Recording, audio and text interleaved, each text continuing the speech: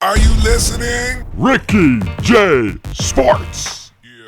Hey, what's going on, guys? This is Ricky J from Ricky J Sports. Welcome to my prediction on UFC Fight Night 81 for the main event and the co-main events only. Right away, we take it to the main event. Dominick Cruz, former Bantamweight champ, against TJ Dillashaw.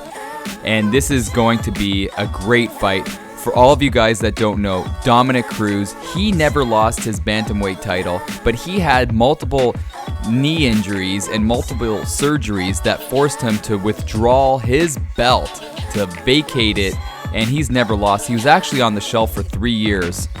Now, in the meantime, TJ Dillashaw fought the Bantamweight champ, the former Bantamweight champ, Renan Barão, and that was a crazy fight the first time, and TJ surprised everybody and won. He was a huge underdog, and then in the rematch he beat Barão again. And people like to say that TJ Dillashaw kind of stole Dominick Cruz's style and his way of fighting, but I have to say, watching Dominick Cruz's old fights and watching TJ Dillashaw now, TJ is kind of like Cruz, but he has so much power and an endless gas tank that is going to win him this fight. I think personally, TJ is just going to put it on him. Cruz hasn't, like his last fight, he won against Mizugaki in the first round by KO punches, but he wasn't pushed. TJ's going to push him, and that's something that you can't really train, you know what I mean? You got to feel the octagon, you got to feel that push, and that's something that's going to be foreign for Cruz because he hasn't felt that in a while. And ultimately, TJ Dillashaw is going to beat Dominick Cruz. I'm leaning towards a decision or a late finish. TJ's been doing it well, man. The past 3 fights he's won in the 5th or 4th round.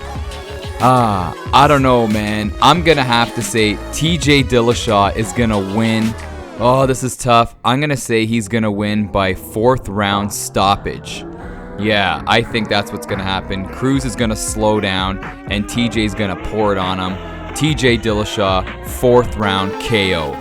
Now in the co-main event, it's former Bellator champ Eddie Alvarez against former lightweight champ of the UFC, and that is Showtime Anthony Pettis. And this is going to be a barn burner of a fight. If you guys don't know, Anthony Pettis lost his belt to the current champ Dos Anjos. Now, he also lost, Pettis did, to a former fan favorite back in the day. You guys know who it is. It's Clay Guida. And they all beat Pettis by wrestling him to the ground.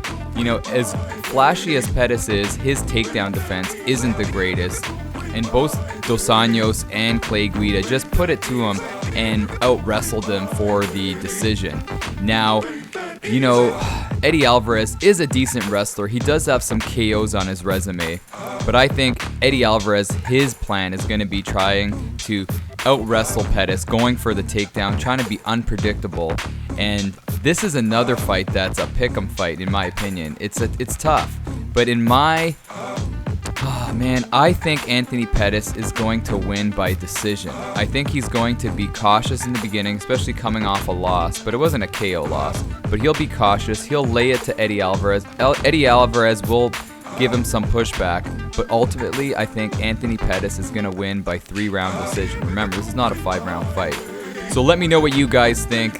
The Ricky J MMA League is in its infancy right now, and we're doing well with our 10 to 11 guys that we have participating. But feel free to join in, man. If you haven't joined in yet, put your votes in this video and I'll put you in the standings. All right, people, have a great day. This is Ricky J from Ricky J Sports, and you are awesome.